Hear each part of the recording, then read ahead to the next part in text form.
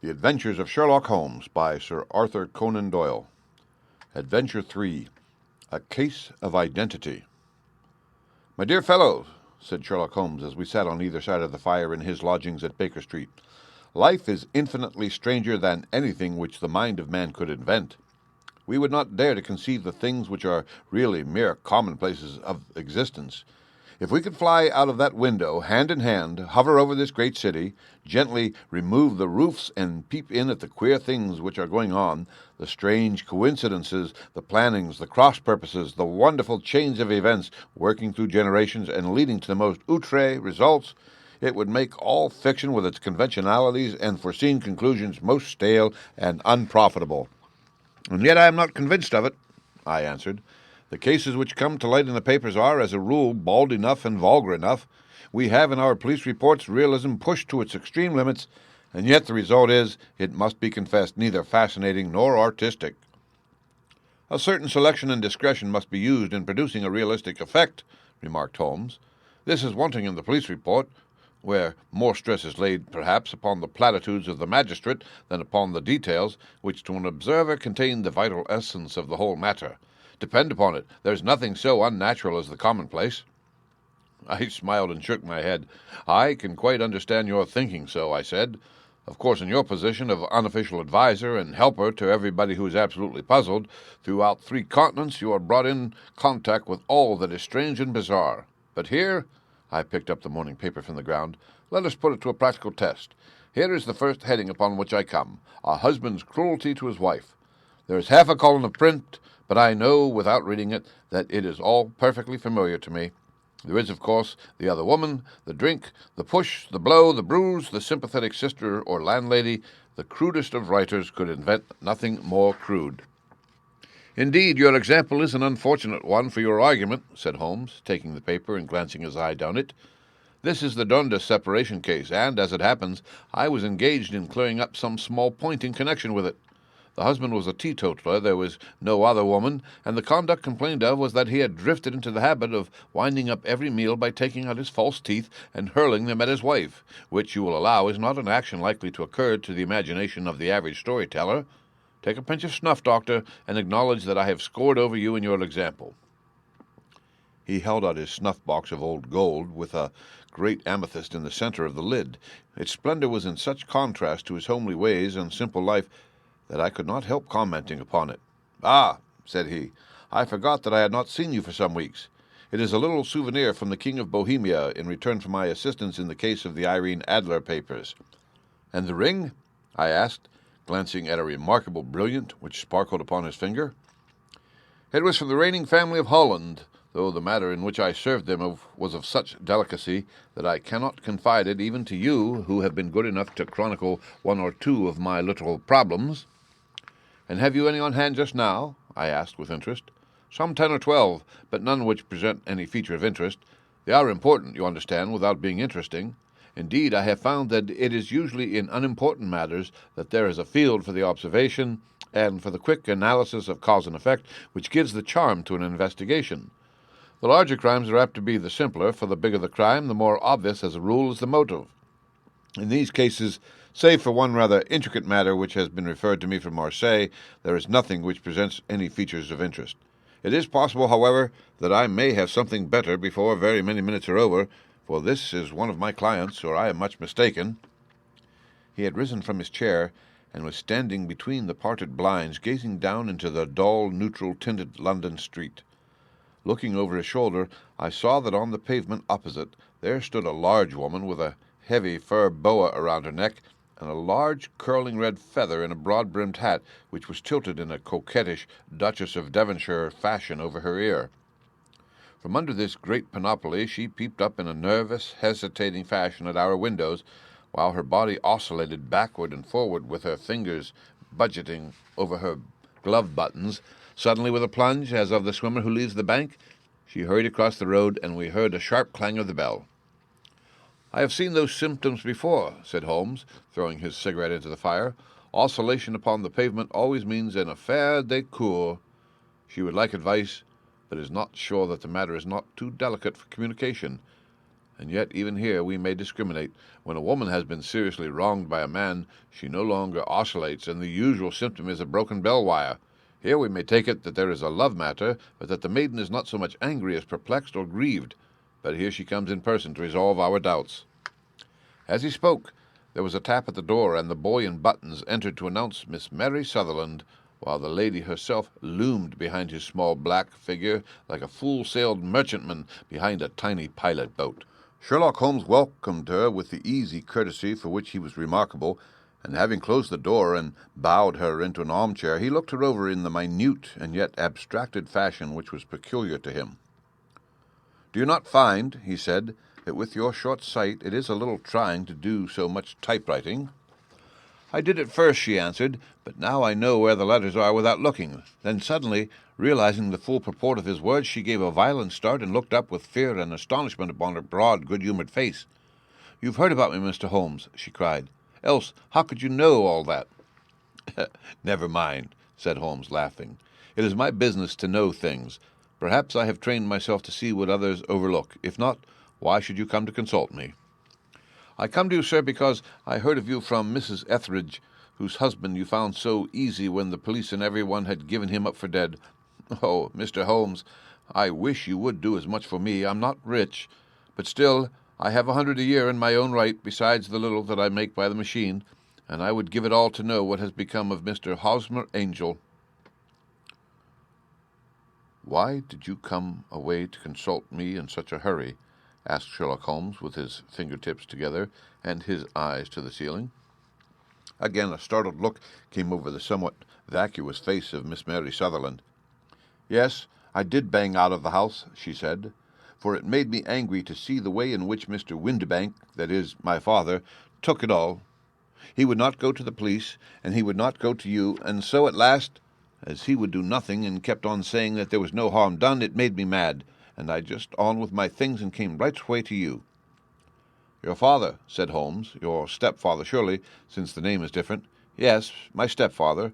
I call him father, though it sounds funny, too, for he is only 5 years and 2 months older than myself." "And your mother is alive?" "Oh, yes, mother is alive and well. I wasn't best pleased, Mr. Holmes, when she married again so soon after father's death, and a man who was nearly 15 years younger than herself. Father was a plumber in the Tottenham Court Road, and he left a tidy business behind him, which mother carried on with Mr. Hardy, the foreman.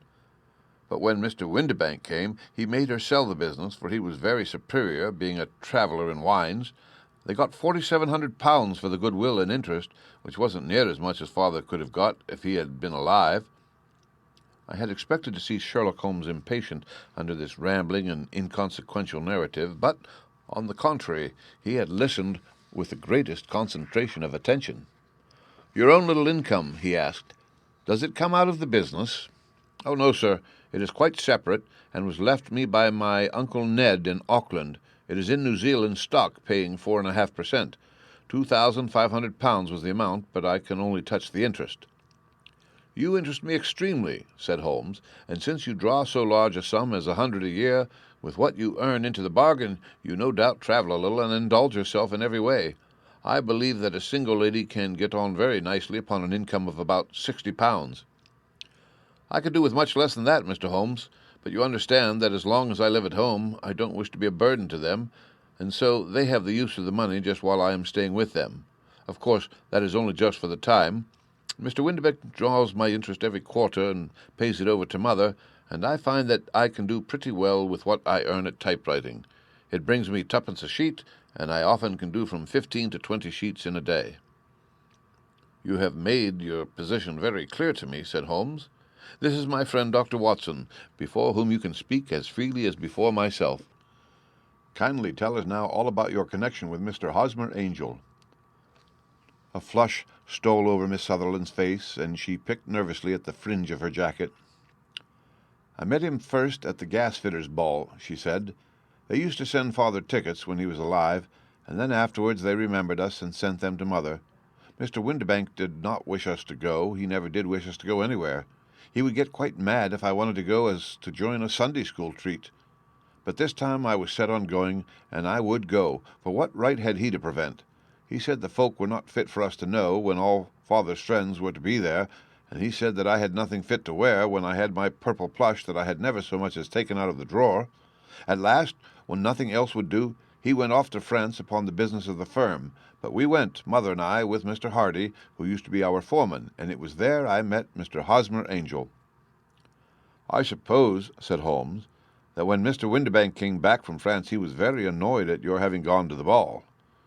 "Oh, well, he was very good about it. He laughed, I remember, and shrugged his shoulders, and said there was no use denying anything to a woman, for she would have her way." "I see. Then at the gasfitter's ball you met, as I understand, a gentleman called Mr. Hosmer Angel." "Yes, sir, I met him that night, and he called next day to ask if we had got home all safe, and after that we met him, that is to say, Mr. Holmes, I met him, twice for walks. But after that father came back again, and Mr. Hosmer Angel could not come to the house any more." "No? Well, you know, father didn't like anything of the sort. He wouldn't have any visitors if he could help it, and he used to say that a woman should be happy in her own family circle. But then, as I used to say to mother, a woman wants her own circle to begin with, and I have not got mine yet." "But how about Mr. Hosmer Angel? Did he make no attempt to see you?"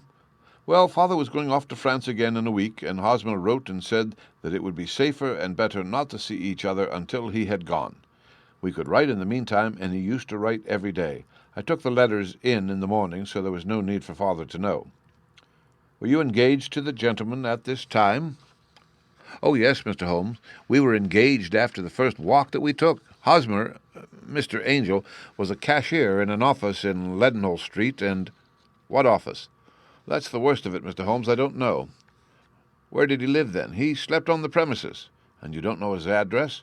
"No, except that it was in Leadenhall Street." "Where did you address your letters, then?" "To the Leadenhall Street post office, to be left till called for." He said that if they were sent to the office, he would be chaffed by all the other clerks about having letters from a lady, so I offered to typewrite them, like he did his, but he wouldn't have that, for he said that when I wrote them, they seemed to come from me, but when they were typewritten, he always felt that the machine had come between us. That will just show you how fond he was of me, Mr. Holmes, and the little things that he would think of." "It was most suggestive," said Holmes. "It has been an axiom of mine that the little things are infinitely the most important. Can you remember any other little things about Mr. Hosmer Angel?" "He was a very shy man, Mr. Holmes. He would rather walk with me in the evening than in the daylight, for he said that he hated to be conspicuous. Very retiring and gentlemanly he was. Even his voice was gentle. He'd had the quinsy and swollen glands when he was young, he told me, and it had left him with a weak throat and a hesitating, whispering fashion of speech. He was always well dressed, very neat and plain, but his eyes were weak, just as mine are, and he wore tinted glasses against the glare." "Well, and what happened when Mr. Windibank, your stepfather, returned to France?" "Mr. Hosmer Angel came to the house again, and proposed that we should marry before father came back. He was in dreadful earnest, and made me swear with my hands on the testament that whatever happened, I would always be true to him. Mother said he was quite right to make me swear, and that it was a sign of his passion. Mother was all in his favour from the first, and was even fonder of him than I was. Then, when they talked of marrying within the week, I began to ask about father, but they both said never to mind about father, but just to tell him afterwards, and mother said she would make it all right with him. I didn't quite like that, Mr. Holmes. It seemed funny that I should ask his leave, as he was only a few years older than me, but I didn't want to do anything on the sly, so I wrote to father at Bordeaux, where the company has its French offices, but the letter came back to me on the very morning of the wedding." "It missed him, then?" "Yes, sir, for he had started to England just before it arrived." "Ha! That was unfortunate. Your wedding was arranged, then, for the Friday. Was it to be in church?" "Yes, sir, but very quietly. It was to be at St. Saviour's, near King's Cross, and we were to have breakfast afterwards at the St. Pancras Hotel. Hosmer came for us in a hansom, but as there were two of us, he put us both into it, and stepped himself into a four-wheeler, which happened to be the only other cab in the street. We got to the church first, and when the four-wheeler drove up, we waited for him to step out, but he never did. And when the cabman got down from the box and looked, there was no one there. The cabman said that he could not imagine what had become of him, for he had seen him get in with his own eyes. That was last Friday, Mr. Holmes, and I have never seen or heard anything since then to throw any light upon what became of him." "It seems to me that you have been very shamefully treated," said Holmes. "Oh, no, sir. He was too good and kind to leave me so. Why, all the morning he was saying to me that whatever happened I was to be true, and that even if something quite unforeseen occurred to separate us, I was always to remember that I was pledged to him, and that he would claim his pledge sooner or later. It seems strange talk for a wedding morning, but what has happened since gives a meaning to it. Most certainly it does. Your own opinion is, then, that some unforeseen catastrophe has occurred to him? Yes, sir. I believe that he foresaw some danger, or else he would not have talked so, and then I think that what he foresaw happened. But you have no notion as to what it could have been? None. One more question. How did your mother take the matter? She was angry, and said that I was never to speak of the matter again. And your father, did you tell him? Yes, and he seemed to think with me that something had happened, and that I should hear of Hosmer again. As he said, what interest could anyone have in bringing me to the doors of the church and then leaving me? Now, if he had borrowed my money, or if he had married me and got my money settled on him, there might be some reason, but Hosmer was very independent about money, and never would look at a shilling of mine. And yet, what could have happened? And why could he not write? Oh, it drives me half mad to think of it, and I can't sleep a wink at night. She pulled a little handkerchief out of her muff, and began to sob heavily into it. I shall glance into the case for you, said Holmes, rising, and I have no doubt that we shall reach some definite result. Let the weight of the matter rest upon me now, and do not let your mind dwell upon it any further. Above all, try to let Mr. Hosmer Angel vanish from your memory, as he has done from your life. Then you don't think I'll see him again? I fear not. Then what has happened to him? You will leave that question in my hands. I should like an accurate description of him and any letters of his which you can spare. I advertised for him in last Saturday's Chronicle, said she. Here is the slip, and here are 4 letters from him. Thank you. And your address? Number 31 Lion Place, Camberwell. Mr. Angel's address you never had, I understand. Where is your father's place of business? He travels for Westhorse and Marbank, the great claret importers of Fenchurch Street. Thank you. You have made your statement very clearly. You will leave the papers here, and remember the advice which I have given you. Let the whole incident be a sealed book, and do not allow it to affect your life. You are very kind, Mr. Holmes, but I cannot do that. I shall be true to Hosmer. He shall find me ready when he comes back. For all the preposterous hat and the vacuous face, there was something noble in the simple faith of our visitor which compelled our respect. She laid her little bundle of papers upon the table and went her way with a promise to come back again whenever she might be summoned. Sherlock Holmes sat silent for a few minutes with his fingertips still pressed together, his legs stretched out in front of him, and his gaze directed upward to the ceiling. Then he took down from the rack the old and oily clay pipe, which was to him as a counsellor, and, having lit it, he leaned back in his chair with the thick blue cloud wreaths spinning up from him, and a look of infinite languor in his face. Quite an interesting study, that maiden, he observed. I found her more interesting than her little problem, which, by the way, is rather a trite one. You will find parallel cases if you consult my index, in Andover in 77, and there was something of the sort at The Hague last year. Old as is the idea, however, there were 1 or 2 details which were new to me, but the maiden herself was most instructive. You appeared to read a good deal upon her which was quite invisible to me, I remarked. Not invisible, but unnoticed, Watson. You did not know where to look, and so you missed all that was important. I can never bring you to realize the importance of sleeves, the suggestiveness of thumbnails, or the great issues that may hang from a bootlace. Now, what did you gather from that woman's appearance? Describe it. Well, she had a slate-colored, broad-brimmed straw hat with a feather of a brickish red. Her jacket was black, with black beads sewn upon it, and a fringe of little black jet ornaments. Her dress was brown, rather darker than coffee color, with a little purple plush at the neck and sleeves. Her gloves were grayish, and were worn through at the right forefinger. Her boots I didn't observe. She had small, round, hanging gold earrings, and a general air of being fairly well-to-do in a vulgar, comfortable, easy-going way. Sherlock Holmes clapped his hands softly together and chuckled. "'Pon my word, Watson, you are coming along wonderfully. You have really done very well indeed. It is true that you have missed everything of importance, but you have hit upon the method, and you have a quick eye for color. Never trust to general impressions, my boy, but concentrate yourself upon details. My first glance is always at a woman's sleeve. In a man it is better, perhaps, first to take the knee of the trouser. As you observe, this woman had plush upon her sleeves, which is a most useful material for showing traces. The double line a little above the wrist, where the typewriter presses against the table, was beautifully defined. The sewing machine of the hand type leaves a similar mark, but only on the left arm, and on the side of it farthest from the thumb, instead of being right across from the broadest part, as this was.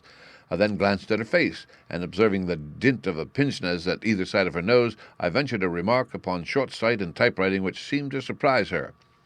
It surprised me, but surely it was obvious. I was then much surprised and interested on glancing down to observe that, though the boots which she was wearing were not unlike each other, they were really odd ones, the one having a slightly decorated toe cap and the other a plain one. One was buttoned only in the 2 lower buttons out of 5, and the other at the 1st, 3rd, and 5th. Now, when you see that a young lady, otherwise neatly dressed, has come away from home with odd boots half-buttoned, it is no great deduction to say that she came away in a hurry. "And what else?" I asked, keenly interested, as I always was, by my friend's incisive reasoning.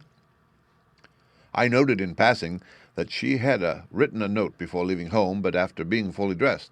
You observed that her right glove was torn at the forefinger, but you did not apparently see that both glove and finger were stained with violet ink. She had written in a hurry and dipped her pen too deep. It must have been this morning, or the mark would not remain clear upon the finger. All this is amusing, though rather elementary, but I must go back to business. Watson, would you mind reading me the advertised description of Mr. Hosmer Angel? I held the little printed slip to the light. "Missing," it said, "on the morning of the 14th. A gentleman named Hosmer Angel, about 5 feet 7 inches in height, strongly built, sallow complexion, black hair, a little bald in the center, bushy, black side whiskers and mustache, tinted glasses, slight infirmity of speech, was dressed when last seen in a black frock coat faced with silk, black waistcoat, gold Albert chain, and grey Harris tweed trousers, with brown gaiters over elastic-sided boots. Known to have been employed in an office in Leadenhall Street. Anybody bringing—" "That will do," said Holmes. "As to the letters," he continued, glancing over them, "they are very commonplace. Absolutely no clue in them to Mr. Angel, save that he quotes Balzac once. There was one remarkable point, however, which will no doubt strike you. They are typewritten," I remarked. "Not only that, but the signature is typewritten. Look at the neat little Hosmer Angel at the bottom. There's a date, you see, but no superscription except Leadenhall Street, which is rather vague. The point about the signature is very suggestive. In fact, we may call it conclusive." "Of what?" "My dear fellow, is it possible that you do not see how strongly it bears upon the case?" "I cannot say that I do, unless it were that he wished to be able to deny his signature if an action for breach of promise were instituted." "No, that was not the point. However, I shall write 2 letters which should settle the matter.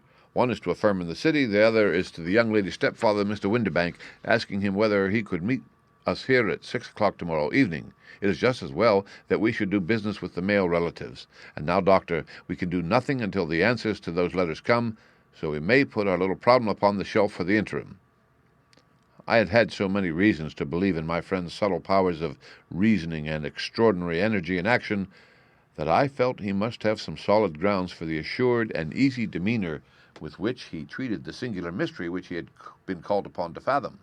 Once only had I known him to fail, in the case of the King of Bohemia and of the Irene Adler photograph.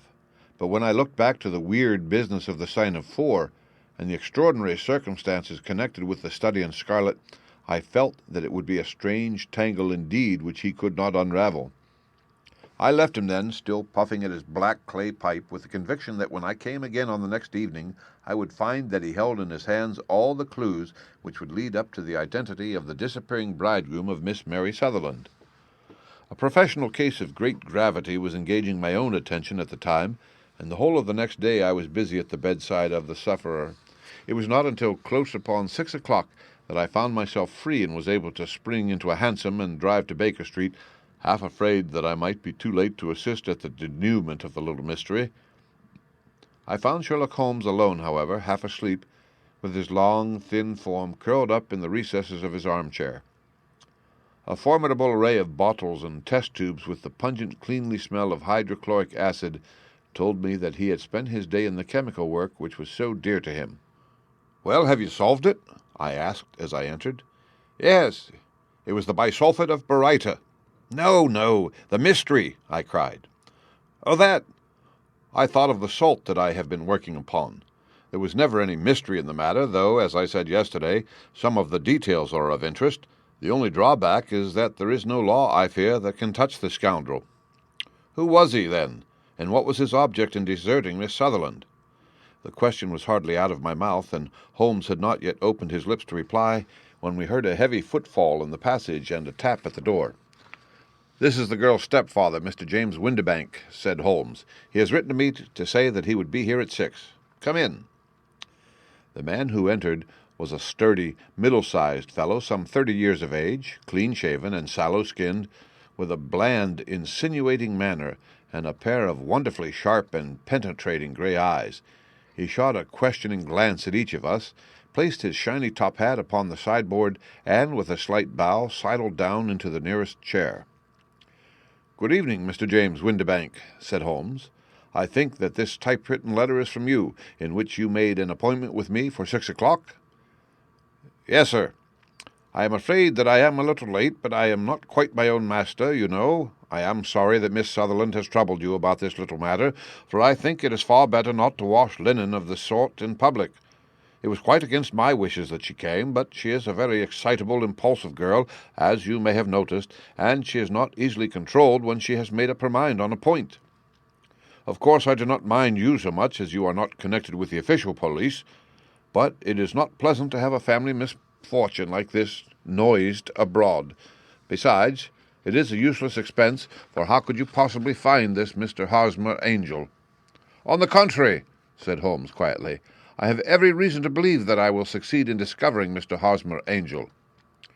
Mr. Windibank gave a violent start and dropped his gloves. "I am delighted to hear it," he said. "It is a curious thing," remarked Holmes, "that a typewriter has really quite as much individuality as a man's handwriting. Unless they are quite new, no two of them write exactly alike. Some letters get more worn than others, and some wear only on one side. Now, you remark in this note of yours, Mr. Windibank, that in every case there is some little slurring over of the E and a slight defect in the tail of the R. There are 14 other characteristics, but those are the most obvious. We do all our correspondence with this machine at the office, and no doubt it is a little worn," our visitor answered, glancing keenly at Holmes with his bright little eyes. "And now I will show you what is really a very interesting study, Mr. Windibank," Holmes continued. "I think of writing another little monograph some of these days on the typewriter and its relation to crime. It is a subject to which I have devoted some little attention. I have here 4 letters which purport to come from the missing man. They are all typewritten. In each case, not only are the E's slurred and the R's tailless, but you will observe, if you care to use my magnifying lens, that the 14 other characteristics to which I have alluded are there as well." Mr. Windibank sprang out of his chair and picked up his hat. "I cannot waste time over this sort of fantastic talk, Mr. Holmes," he said. "If you can catch the man, catch him, and let me know when you have done it." "Certainly," said Holmes, stepping over and turning the key in the door. "I'll let you know, then, that I have caught him." "What? Where?" shouted Mr. Windibank, turning white to his lips and glancing about him like a rat in a trap. "Oh, it won't do. Really, it won't," said Holmes suavely. "There is no possible getting out of it, Mr. Windibank. It is quite too transparent, and it was a very bad compliment when you said that it was impossible for me to solve so simple a question. That's right. Sit down and let us talk it over." Our visitor collapsed into a chair with a ghastly face and a glitter of moisture on his brow. It's not actionable," he stammered. "I am very much afraid that it is not. But between ourselves, Windibank, it was as cruel and selfish and heartless a trick in a petty way as ever came before me. Now, let me just run over the course of events, and you will contradict me if I go wrong." The man sat huddled up in his chair with his head sunk upon his breast, like one who is utterly crushed. Holmes stuck his feet up on the corner of the mantelpiece, and, leaning back with his hands in his pockets, began talking rather to himself, as it seemed, than to us. "The man married a woman very much older than himself for her money," said he, "and he enjoyed the use of the money of the daughter as long as she lived with them. It was a considerable sum for people in their position, and the loss of it would have made a serious difference. It was worth an effort to preserve it. The daughter was of a good, amiable disposition, but affectionate and warm-hearted in her ways, so that it was evident that with her fair personal advantages and her little income, she would not be allowed to remain single long. Now, her marriage would mean, of course, the loss of $100 a year, so what does the stepfather do to prevent it? He takes the obvious course of keeping her at home and forbidding her to seek the company of people of her own age. But soon he found that that would not answer forever. She became restive, insisted upon her rights, and finally announced her positive intention of going to a certain ball. What does her clever stepfather do then? He conceives an idea more creditable to his head than to his heart. With the connivance and assistance of his wife, he disguised himself, covered those keen eyes with tinted glasses, masked the face with a mustache and a pair of bushy whiskers, sunk that clear voice into an insinuating whisper, and doubly secure on the account of the girl's short sight, he appears as Mr. Hosmer Angel and keeps off other lovers by making love himself. "It was only a joke at first," groaned our visitor. "We never thought that she would have been so carried away." "Very likely not. However that may be, the young lady was very decidedly carried away, and, having quite made up her mind that her stepfather was in France, the suspicion of treachery never for an instant entered her mind. She was flattered by the gentleman's attentions, and the effect was increased by the loudly expressed admiration of her mother. Then Mr. Angel began to call, for it was obvious that the matter should be pushed as far as it would go if a real effect were to be produced. There were meetings, and an engagement which would finally secure the girl's affections from turning towards anyone else. But the deception could not be kept up forever. These pretended journeys to France were rather cumbrous. The thing to do was clearly to bring the business to an end in such a dramatic manner that it would leave a permanent impression upon the young lady's mind and prevent her from looking upon any other suitor for some time to come. Hence those vows of fidelity exacted upon a testament, and hence also the allusions to a possibility of something happening on the very morning of the wedding. James Windibank wished Miss Sutherland to be so bound to Hosmer Angel and so uncertain as to his fate that for 10 years to come, at any rate, she would not listen to another man. As far as the church door he brought her, and then, as he could go no further, he conveniently vanished away by the old trick of stepping in at one door of a four-wheeler and out at the other. I think that was the chain of events, Mr. Windibank." Our visitor had recovered something of his assurance while Holmes had been talking, and he rose from his chair now with a cold sneer upon his pale face. "It may be so, or it may not, Mr. Holmes," said he. "But if you are so very sharp, you ought to be sharp enough to know that it is you who are breaking the law now, and not me. I have done nothing actionable from the first, but as long as you keep that door locked, you lay yourself open to an action for assault and illegal constraint." "The law cannot, as you say, touch you," said Holmes, unlocking and throwing open the door. "Yet there never was a man who deserved punishment more. If the young lady has a brother or a friend, he ought to lay hands upon you and a whip across your shoulder. By Jove," he continued, flushing up at the sight of the bitter sneer upon the man's face, "it is not part of my duties to my client, but here's a hunting crop handy, and I think I shall just treat myself to—" He took 2 swift steps to the whip, but before he could grasp it, there was a wild clatter of steps upon the stairs, the heavy hall door banged, and from the window we could see Mr. James Windibank running at the top of his speed down the road. "There's a cold-blooded scoundrel," said Holmes, laughing as he threw himself down into his chair once more. "That fellow will rise from crime to crime until he does something very bad and ends on the gallows. The case has, in some respects, been not entirely devoid of interest." "I cannot now entirely see all the steps of your reasoning," I remarked. "Well, of course, it was obvious from the first that this Mr. Hosmer Angel must have some strong object for his curious conduct, and it was equally clear that the only man who really profited by the incident, as far as we could see, was the stepfather. Then the fact that the 2 men were never together, but that the one always appeared when the other was away, was suggestive. So were the tinted spectacles and the curious voice, which both hinted at a disguise, as did the bushy whiskers. My suspicions were all confirmed by his peculiar action in typewriting his signature, which of course inferred that his handwriting was so familiar to her that she would recognize even the smallest sample of it. You see, all these isolated facts, together with many minor ones, all pointed in the same direction." "And how did you verify them?" "Having once spotted my man, it was easy to get corroboration. I knew the firm for which this man worked.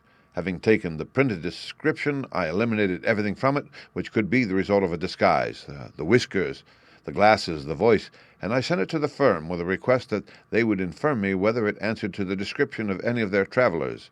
I had already noticed the peculiarities of the typewriter, and I wrote to the man himself at his business address, asking him if he would come here. As I expected, his reply was typewritten and revealed the same trivial but characteristic defects. The same post brought me a letter from Westhouse and Marbank of Fenchurch Street to say that the description tallied in every respect with that of their employé, Mr. James Windibank. Voilà tout! And Miss Sutherland, if I tell her she will not believe me. You may remember the old Persian saying, "There is danger for him who taketh the tiger cub, and danger also for whoso snatcheth a delusion from a woman." There is as much sense in Hafiz as in Horace, and as much knowledge of the world. The end. Read by Rick Kishner for Lit2Go, on the web at fcit.usf.edu.